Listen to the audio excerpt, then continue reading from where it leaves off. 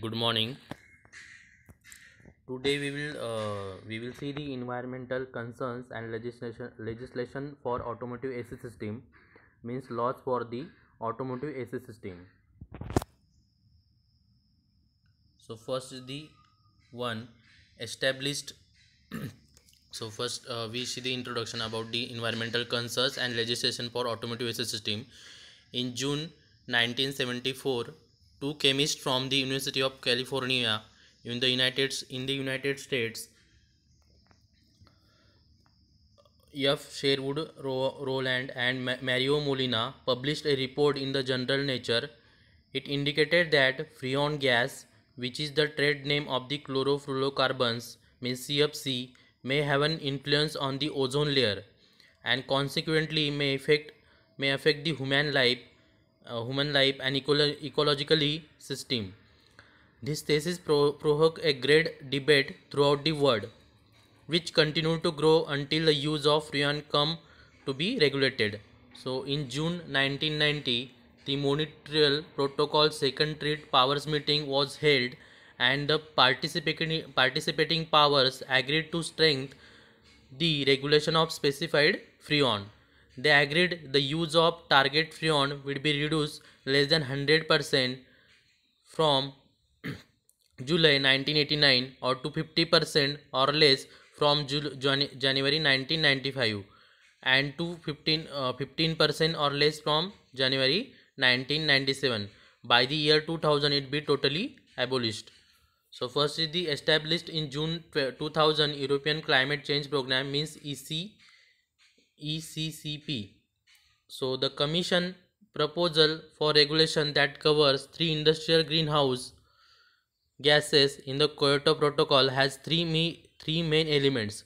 First is there are provisions on containment and recovery, which covers the operation, maintenance and end of life of certain equipment and includes minimum training and certification for servicing personnel. Second is there is a reporting provisions that will be required information on production, imports and exports of the fluorinated gases to be obtained in order to help the validate and forecast made by the emission models. Third is there are number of marketing and use bans of these fluorinated gases, including the phase out of the mobile air conditioning system using fluorinated gases with global warming potential above 150. Second is the October 2004 European Council political agreement. So according to this agreement, the political agreement reached by the Council Ministers on 14 October 2004 will provide a solid base for the final shape of the regulation. However, the legislative process is still not finished. The next step is for the European Parliament to consider the political agreement in the second reading. This will be probably takes place in the first half of the 2005 and early of the 2006. If the parliament agrees with the political agreement, then they can go forward and proposed regulation can then become law.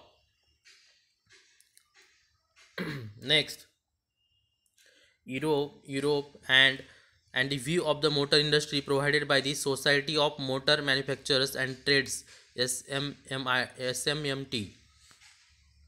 So a non-technology prescriptive approach is very important to industry as a SMMT members companies within both vehicle manufacturers and component supplier membership have heavily invested in both and CO2 and difluoromethanol system as an alternative of the tetrafluoromethanol. They both offer significant, means CO2 and difluoromethanol, they both offer the significant environment benefits as compared to the tetrafluoromethane.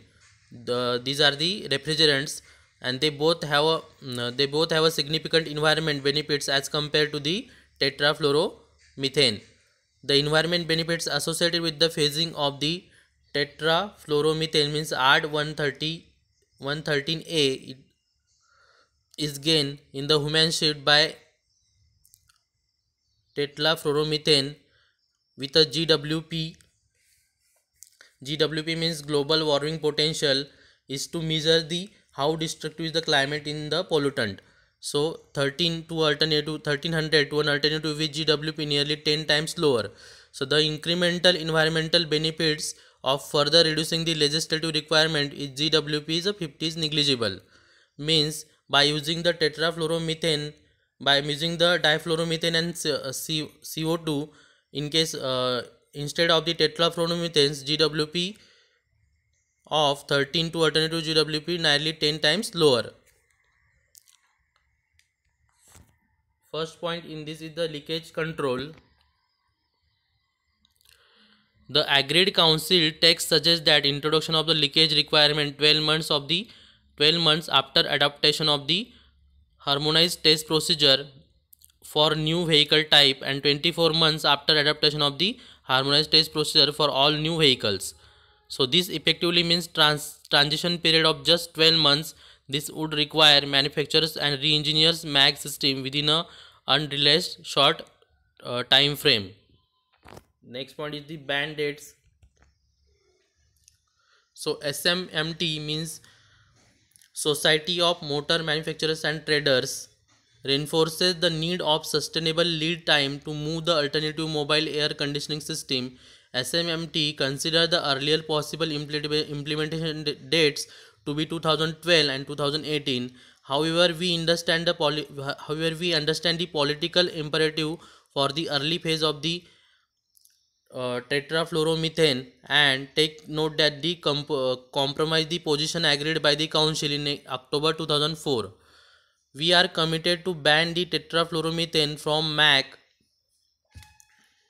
MAC is the media control access, but this should be done with the realistic time frame and ensuring the European Union remains competitive and attractive place to do the business, where new technologies can be developed and manufactured and exported outside to the European Union.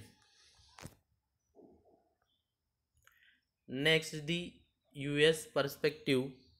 So in this United States perspective, in this first point is the Clean Air Act CAA 1970. So the Clean Air Act in 1970 set a national goal of clean and healthy air for all. It established the first specific responsibilities for government and private industry to reduce the emission from vehicle, factories and other pollution sources. Second is the Clean Air Act Amendment CAA 1990. So the in 1990 Clean Air Act amendments directed the EPA environmental protection agencies to develop the regulation to comply with the Montreal Protocol and maximize the recycling, ban non-essential use, develop labeling requirements and examine the safe alternative for ozone depleting substances. The Clean Air Act gives the environmental protection agencies the authority to establish the environmental friendly procedure and codes of the practice and standard, which are often contributed by the SAE means Society of Automotive Engineers, while EPA means Environmental Protection Agencies may use the standards set by the SAE Society of Automotive Engineers. They are only guidelines and not regulation of CFC 12 means Freon 12, which was widely used in air conditioner for automobiles and trucks in the US for over 30 years. The Clean Air Act and the refrigeration issued under the act ended the production of the CFC 12 means Freon 12 refrigerant for air conditioning and refrigeration on 31st December 1995, while new vehicle no longer use of Freon 12. Most vehicle built there before 1994 should require its use for servicing. Third point is the Section 608 Clean Air Act amendments of the 1990. So Section 608 of the Clean Air Act prohibits releasing of the tetrafluoromethane in the atmosphere. The prohibition on venting the tetrafluoromethane has been in effect since November 1995. Then next is the Section 609 of the Clean Air Act amendments means Amendments means minor changes in the law. Section 609 of the Clean Air Act amendments of the 1990. Section 609 covers the technician certification in the motor vehicle sector only.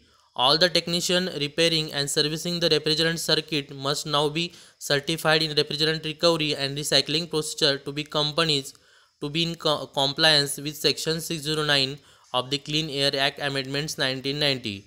To make the sure existence of the Freon 12 is used as much as possible rather than being wasted and released to the atmosphere. So EPA means Environmental Protection Agencies issued regulation under Section 609 of the Clean Air Act to require the shop technician use approved service machines to recycle refrigerants, and service shop must be also certified by to EPA that they have acquired and are properly using the approved refrigerant recovery equipment. Becoming certified allows to you. So first, in the Section 609 of the Clean Air Act Amendment 1990, first is the performed refrigerant servicing of vehicle with R12 and R134 are Freon 12 and tetrafluoromethane or significant new alternative policy by SNAP approval refrigerant. Second is the purchase of the R12 and ozone depleting blend substituents for R12. Many of the blends approved for use of the R12 alternative and in automotive air conditioning are ozone depleting.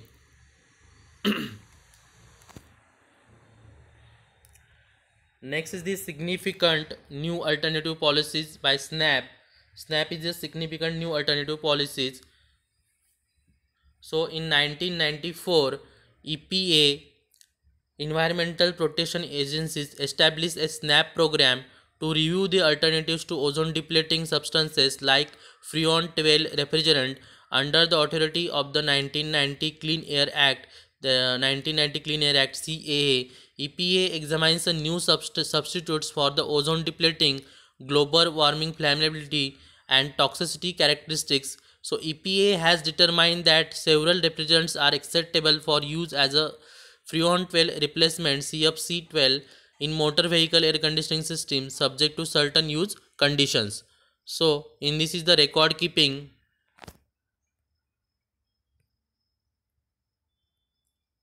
So service shop must maintain the record of the name and address of any facility to which refrigerant is sent. Service shops are also required to maintain the records showing that all service technicians are properly certified. And second point in the SNAP policy is the labels. So first is the name and address of the technician and the company performing the retrofit. When car conditioning originally decided by the R12 is retrofitted, the technician must apply the detailed label giving specific information of the alternative. So the labels are, the first label is the name and address of the technician and the company performing the retrofit. Second is the date of the retrofit, the trade name and charge amount, and when applicable to the ASHRAE numerical designation of the refrigerant. Fourth label is the type and manufacturer and amount of lubricant used. Next is if the refrigerant is or contains the ozone depleting substances, the phase ozone depleter.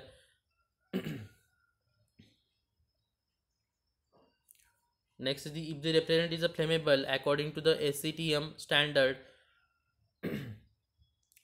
test method. So the sentence the refrigerant flammable takes appropriate precaution. So these are the labels. Next point is the refrigerant oils.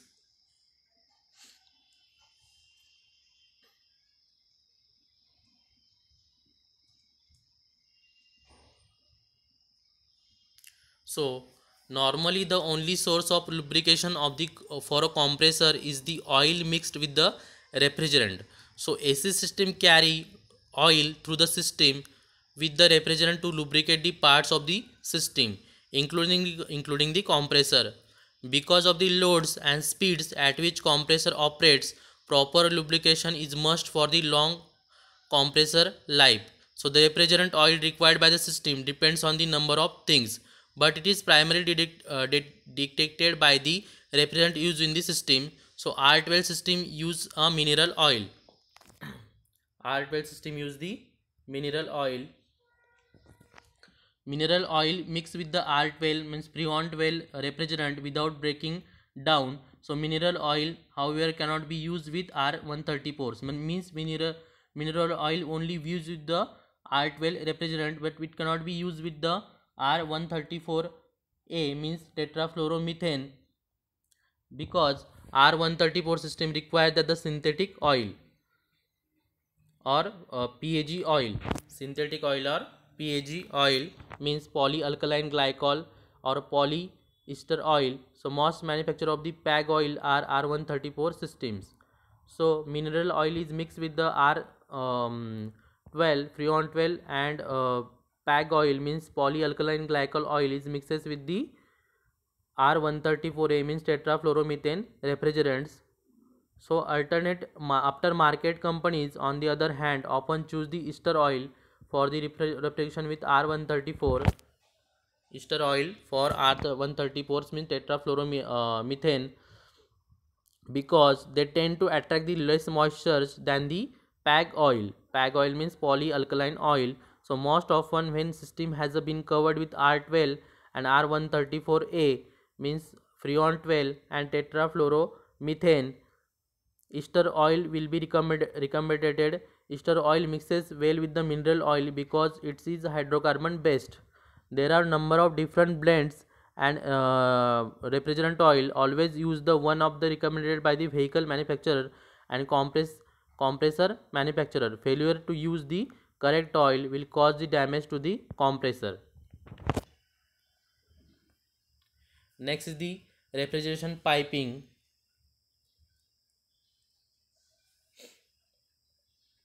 So there are the three major refrigerant line: liquid line, suction line and discharge line. So see in figure, suction lines are located between suction line are located between the outside outlet side of the evaporator and inlet side and suction side of the compressor. They carry the low pressure and low temperature refrigerant vapor to the compressor where it can be recycled through the system. Suction lines are always distinguished from the discharge line. Suction lines are always distributed from the discharge line by the touch and size. They are cold to the touch, and the suction lines is also larger in diameter than the discharge line. Next is the beginning at the discharge outlet. Beginning of the discharge outlet is the compressor, and discharge high pressure line connects to the compressor to the, it's the beginning of the discharge line and it is connected to the condenser.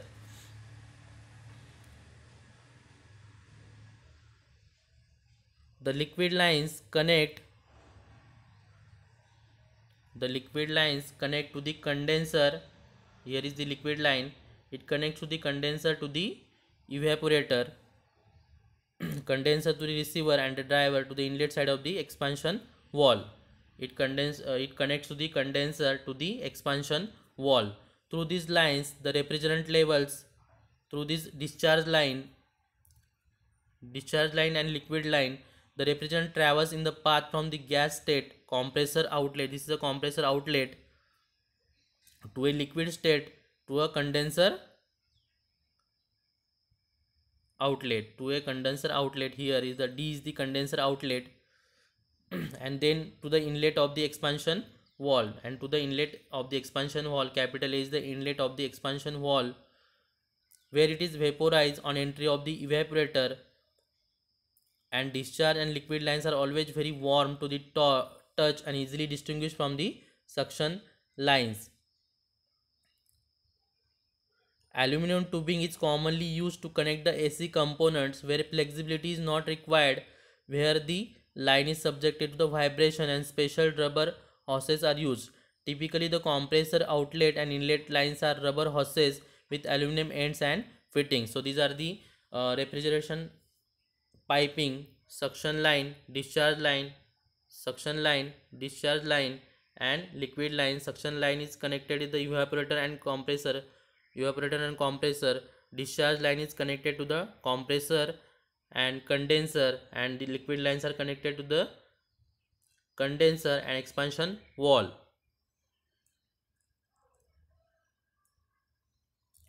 Thank you.